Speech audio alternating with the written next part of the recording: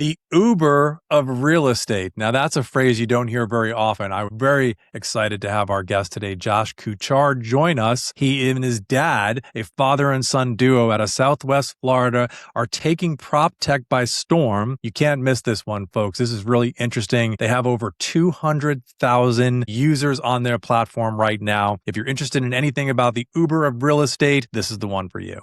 Hey everyone, this episode is brought to you by Lofty, the agentic AI operating system for real estate. Lofty's AI doesn't wait to be prompted. It works proactively on behalf of your agents to uncover new listing opportunities, engage leads, schedule meetings, and drive more transactions. Lofty turns every agent into a top producer. Visit lofty.com to see how agentic AI can put your business growth on autopilot. Everybody in the business of home has a pitch. Almost nobody gets asked a hard question. This show fixes that. Welcome to Noise versus Signal. I'm your host, Inman CEO Tom Bohn. Each week we sit down with the top producing agents, industry CEOs, prop tech founders, and the people shaping the future of the business of home. Then we break down the week's biggest headlines and decide what's noise and what's signal. Let's get into it. This was one I was really looking forward to, everyone. Today I have Josh Kuchar with Showami here with us, and he had me at a phrase which was Uber for real estate. And we're going to talk about, you had me at Uber for real estate, Josh, but Yes. Before we get into that, you and I are actually kind of neighbors. We live generally in the same area. And before we start talking about all the important things in real estate and what you're doing, we have to talk about this thing here that I'm only finding out about called the fruit culture. Okay. And you probably remember this because you and I went to a restaurant and we were with your CEO, who's also your dad. And at the end of this great meeting, and we were talking, he comes up and he hands me a bag of mangoes. And I have to tell you, it was literally the sixth or seventh time living here now that someone has given me a bag of tropical fruit. And I've since discovered it is absolutely a real thing in Southwest Florida. Does he do that all the time? Because I feel like I need to be going around now with a handbag of papayas. So he doesn't do it all the time. And honestly, it's a big deal. Most people don't know, but he's actually allergic to the pollen that's on those mangoes. So when he pulls them, he gets a little bit of swelling, which happened in our meeting. He had a little bit of swelling. So it's actually just a labor of him just saying, hey, I really appreciate you and appreciate your time. He actually sent it out to our team and a few of his close friends.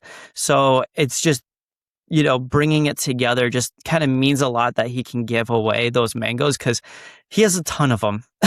It's really, it's really a fascinating thing because every area has their own little kind of gitch, right? Or something that's going on. And I was probably here a year when all of a sudden I would just start showing, especially when I came on with Inman. Every luncheon or dinner meeting I have now lately, I swear 1 out of 2, I'm walking away with a bag of tropical fruit. It's like this is it's a must. It's a must. Josh, it's so cool to see you. Love your story. Love everything about your company.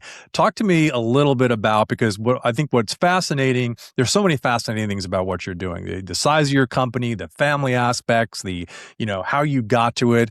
But walk me through how you were a realtor, you were looking for a solve. And that's kind of what put you down this path for Showami and how you got there. Sure. So actually, it's Matt's story.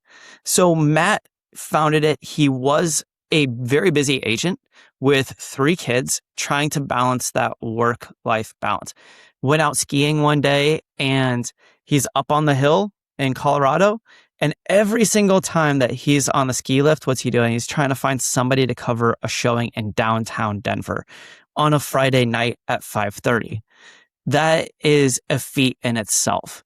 So he kind of got off the hill and said, there's got to be an easier way. Now, at the time, he was selling upwards of 50 homes a year.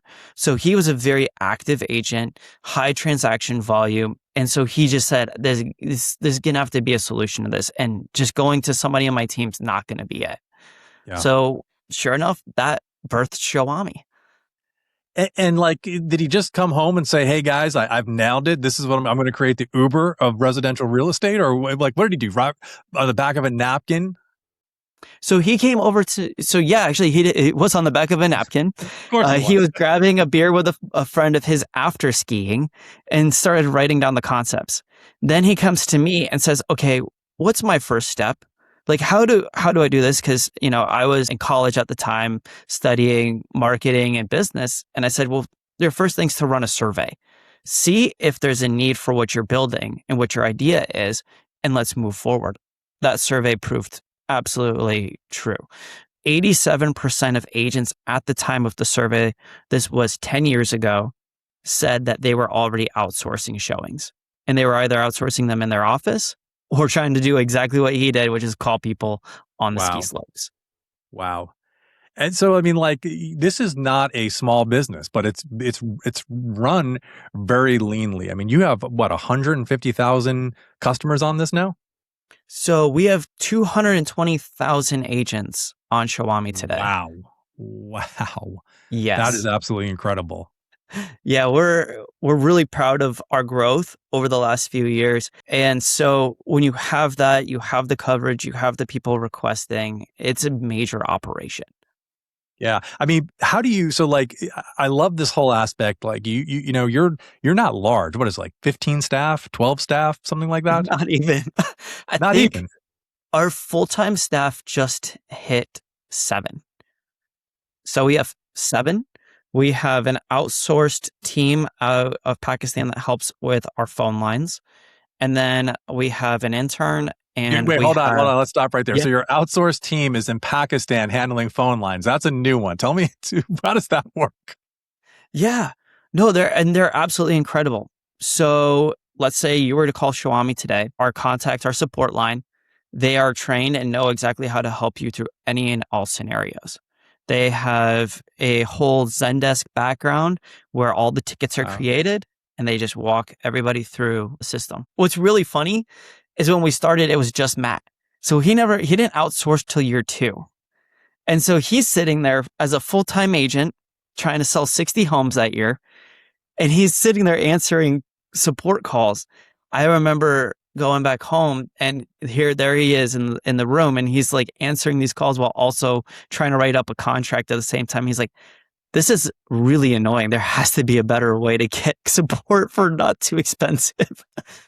That's incredible. So we'll drop some images and some links in for everybody, but walk me through a little bit how the process works. Like how does a realtor connect? How do they use it? What does that process look like? And Yeah. So you go on to Showami.com or you download our app and you'll go through a process of putting in your license and information. So we do have a national database of everybody's license and it's constantly being updated so we can check and say, yes, you are licensed. No, you're not. Please, provide proof if you do have proof. Maybe like if it was within the last 2 days you got licensed, we need to know. And our national databases wouldn't have that just yet. Ping that information.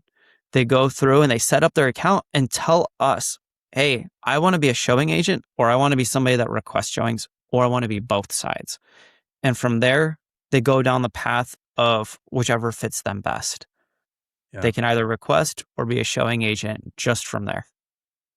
That's so now you obviously this is all family owned, right? And you work with your dad. So we keep saying Matt, but Matt is also your dad. And I don't know if there's a Yes. world where my son would ever come and work with me. So I'm just I'll put that out there, and he could address that in another video. But what's that like? What's that dynamic like on a day to day? Because you guys, seem like you get along very well. But is that hard? So since inception, I was part-time back then, and then I am full-time about 4 or 5 years ago.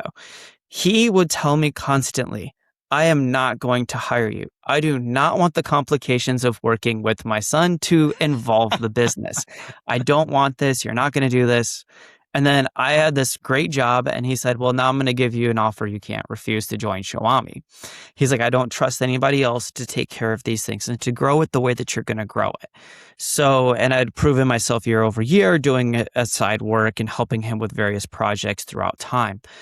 And as you kind of clearly pointed out, I refer to him as Matt when we talk about Showami. And then at the dinner table, he's referred to as Dad. And I we love that. did that as as that distinction that says this is a professional way to operate. I'm never going to go in a meeting with the rest of my team and say, well, dad says this. Well, then that misvalidates my actual assumptions or my, research onto a topic, because then it's like, oh, he's playing the dad card. So our whole team doesn't feel like that's our relationship. We're very good about butting heads just right, where we have it set this way. It's kind of funny. If we do butt heads on a scenario, we say, okay, well, let's come up with a test to see whose theory is better. So we both agree on the test, whether it's a survey to the agents, whether it's a team survey or whatever, for whatever project we're looking at. And we say, this is going to settle this argument. So if we're going to go down this path, then let's let everybody else kind of decide for us. So it never gets that emotional tie where it's like, oh man, I feel sore that my dad didn't go with my project. It never gets to that point. There's always proof behind anything that we do. That's incredible. I mean, that's got to be one of the toughest parts. I mean, now I know that there's been a ton of private equity and others involved in you, and you guys have bootstrapped this and grown it on your own. How does it feel now that you're actually becoming a kind of really a national platform with a lot of traction? Do you start to say, where do we go from here? What does that look like? How do we take that next step? And, how does it leave Kuchar into kind of the world of the big boys or the big girls on the street? Oh man, it's a blast, right? So we went national. I think we announced national about 4 years ago that we actually had full coverage in all 50 states. And when you start playing in this new realm where you're growing to 200,000, you're almost bigger than the majority of major brokerages in the United States. You start going, okay, I need to look elsewhere. And so we've been expanding into various markets, whether that is in the rental market. So now there's a landlord platform and a property management platform, whether that's even going into Canada. I've teased it before. We've been testing and pushing. We actually, if you go on to Showami.ca, we're also getting pre-signups. So we're really trying to get ourselves to go, this is next. Yeah. It's interesting because you mentioned, the big brokerages and the big players and stuff like Zillow, but most prop tech companies, which is where you kind of sit directly in the middle of, they burn cash chasing users. You guys have been lean and presumably profitable. I think very profitable. But how do you balance that? I mean, there's got to be that temptation because there's the monsters out there like Zillow and everyone else who could God, this is really becoming something big. How do you run out ahead of that but not turn it to where you're burning cash at a rate that's not feasible? Oh my gosh, that great question, because to put it lightly, we were bootstrapped. And so we had to be lean. And I think that has its advantages early on. And it is hard sometimes to get out of our own heads and say, what if we put ourselves in his shoes? I remember there was a meeting between me, Alex, and Matt. So I'll introduce Alex into the equation. Alex is one of the other major shareholders of Showami. He is our lead developer. And we sat down and we pulled an exercise where we said, if we had VC funding for $1 million, what would we do? And would it work? What would our ratios look like? What would our growth look like? What could we do with that kind of money? And Yeah. immediately when we all started pulling those numbers and saying yeah, but if we were to spend $10,000 here, $10,000 here, let's say $100,000 a month on ads, then do we expect that return? That would mean that we would have to do, oh my gosh, we got 15 showings, $15 a showing is on average what Showami ends up making at the end of the day. So you're looking at we would need an average of 10,000 plus more showings to happen. There's a market cap at some point, and reaching that 10,000 per month range when you're spending like that, the economics didn't actually work out.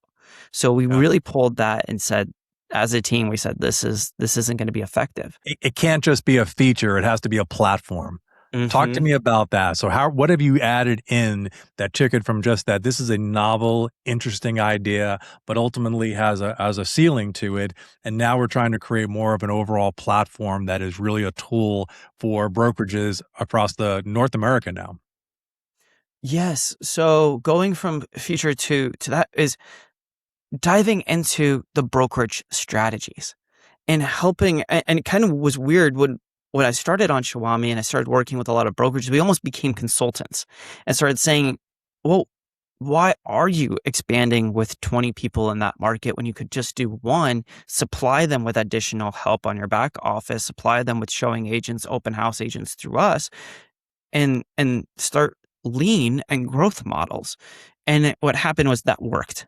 It started spurring that growth, and others were seeing it. Others would, I hate to say it, but the truth is a lot of our growth came when one person would leave one company and go to another, and then they brought us with them. So I when love when that. the strategy started to form, and we started being able to say like this is a strategy that actually works. This is what we're bringing to bigger brokerages. This is what the unknown growth that happens for a brokerage in the back end just because we exist. It starts to look at the numbers and it just changes the game completely. Yeah. I mean, so, everyone, I call you Uber for showings, and I think that's just a really tantalizing line, and I absolutely love it. It catches, but Uber drivers don't carry a fiduciary responsibility. Your showing agents, are standing in another agent's shoes with someone else's client. Where does that fall apart, or where does that become difficult? Or like if a realtor is out there, which they are listening to this today, like where do they go, that is that good or is that scary? By the definition. So looking at how it's phrased. So in the way that you've placed it, it's stepping into somebody else's shoes. But in the Shawami world, that's not actually how we train or look at it. And there's the way that we distinct that fiduciary duty. So our showing agents do not give an opinion of price, condition, or quality of the neighborhood or home. It is truly a force that process. They're there to open the door, Yeah. walk through the property to make sure there's nothing nefarious going on, then answer only public information that is on the listing. So do not disclose anything else, and then lock the door at the end. So they never really get involved in those decision-making processes that a agent that would be representing them would actually have.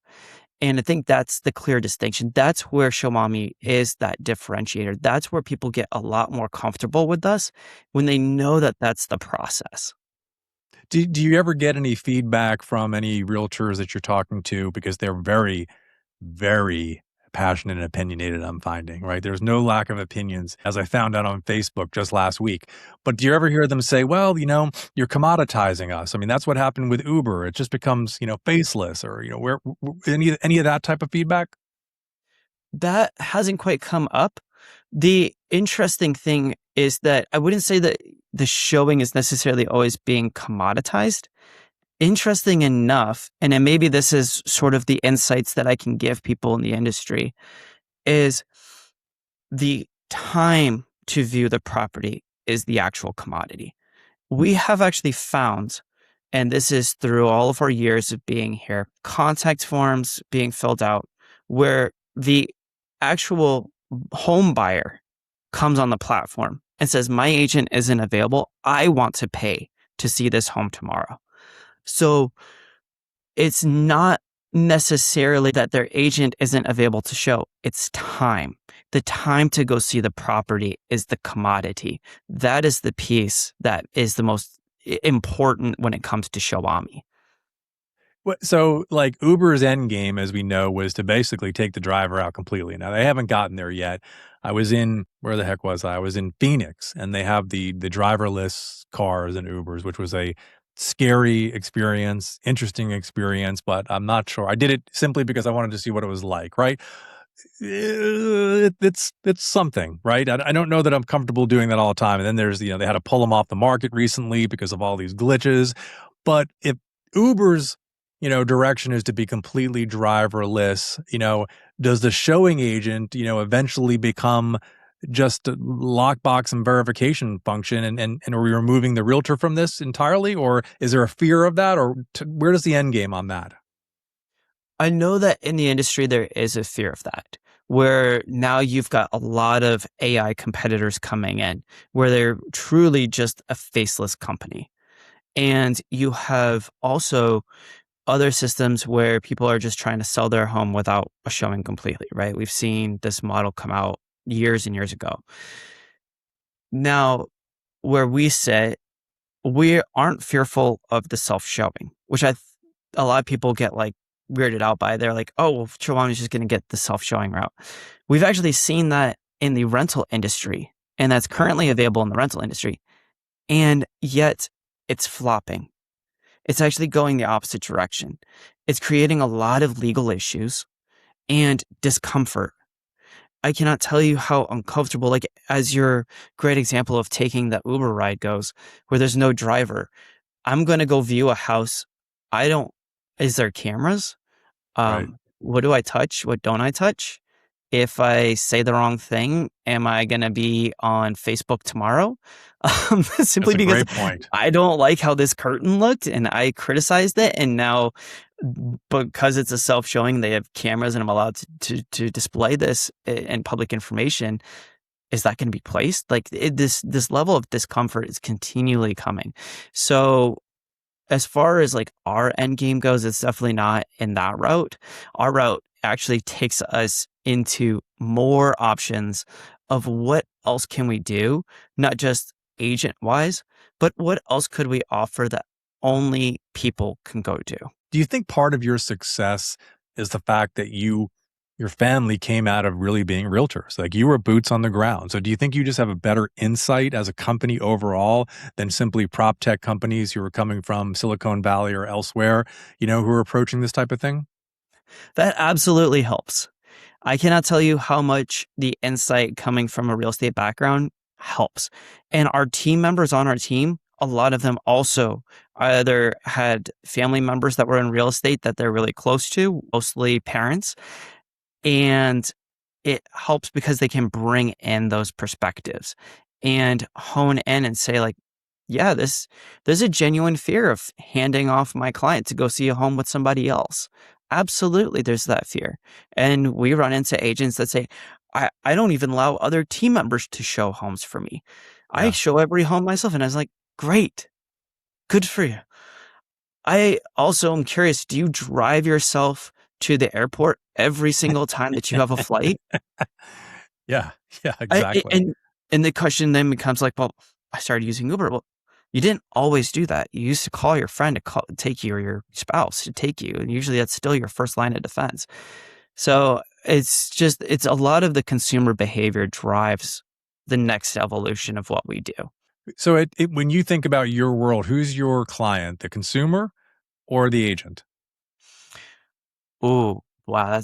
It's a great question. At the end of the day, the consumer actually is the client that's going to go see the home. They're the ones that are either indirectly paying it because they're paying the agent's commission or directly trying to pay for it. And they're willing to pay the agent to have somebody else show when they're unavailable. So we're starting to see that that's the shift. So our client really is the end consumer, the person who says, I want to see the home when I want to go see it. Yeah. Josh, what kind of features can we look for in the future coming from Showami? Some of the features that we have in development, a lot of them deal with, are actually pushing more toward brokerage.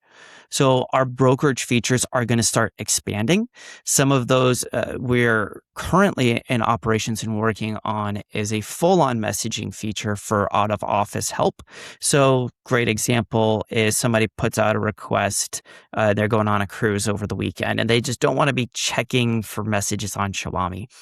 The other team members and their admins can go in and help in the messaging center, help take care of that for them. So that's one of the features that's really big that's coming, where again, it allows you to just relax on vacation, which no agent actually does. No, I I found that grew out up with there. that. I grew up with my dad. I remember going to the lake house, and sure enough, he's outside on his phone, pacing back and forth, trying to handle a client situation. Or yeah, I always tell, and he knows this, we always joke that the reason he likes fishing so much is because nobody can reach him when he gets to a certain point out on the water. I love that. Are you going through any of the realtor associations as an add-on? Or are you going through any partners like that, or directly to some of the bigger groups? No, we No. haven't. We looked at those routes.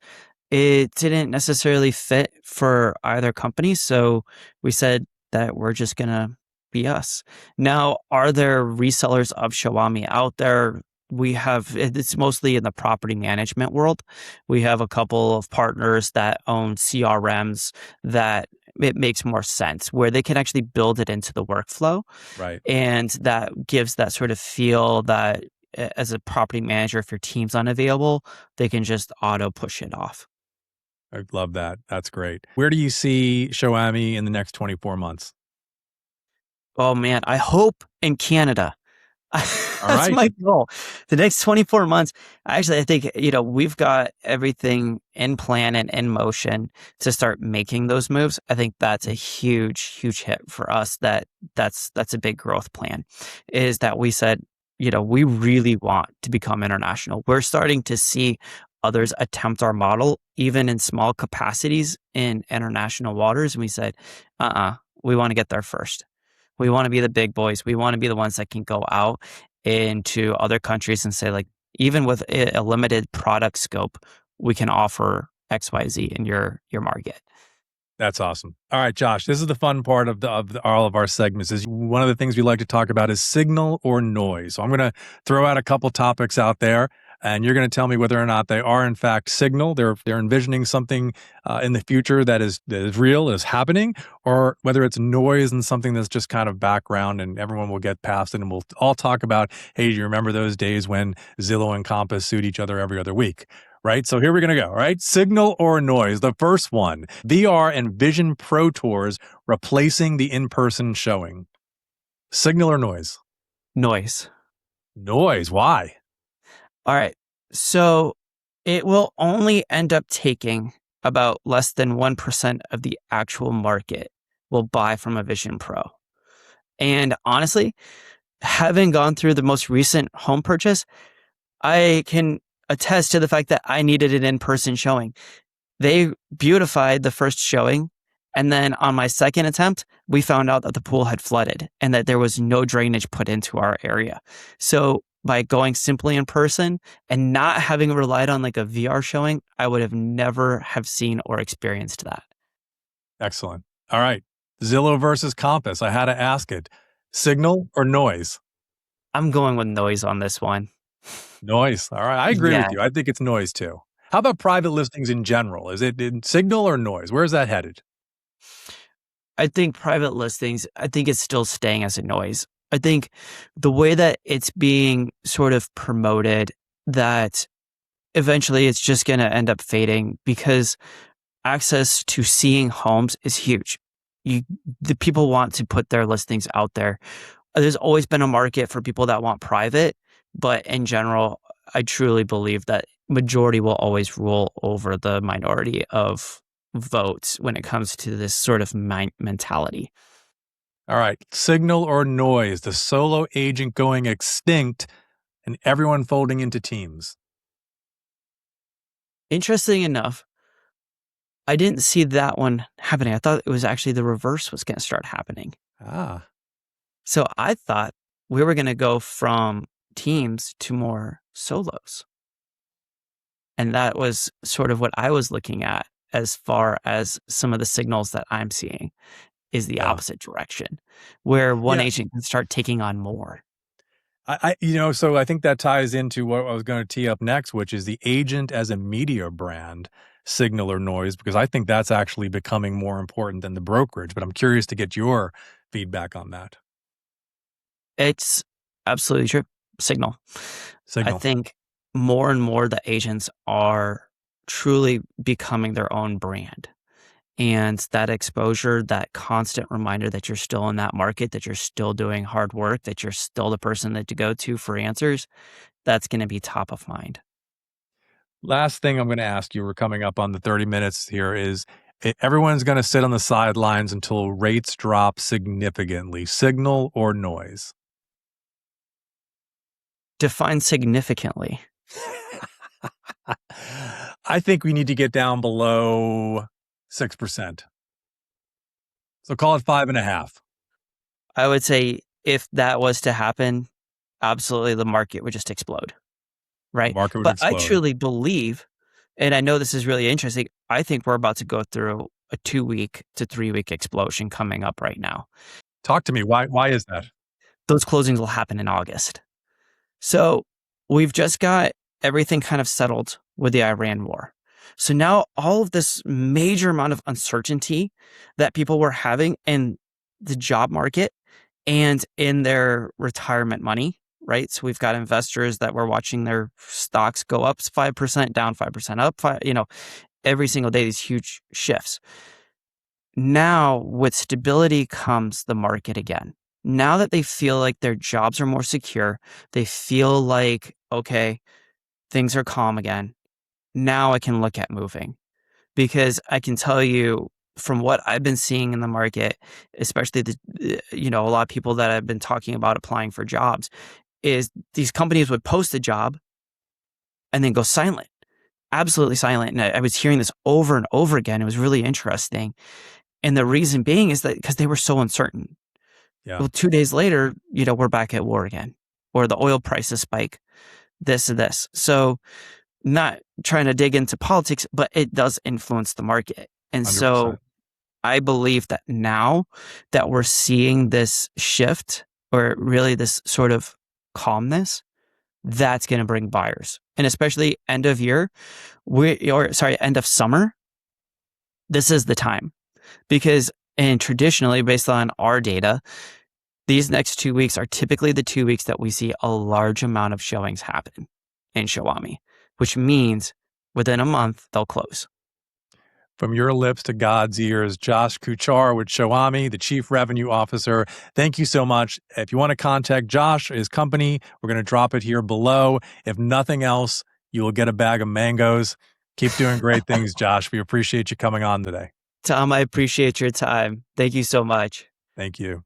Thanks for listening to Noise versus Signal. Follow us on Instagram at Inman News for more conversations and industry insights. And be sure to subscribe wherever you get your podcasts so you never miss an episode. I'll see you next time.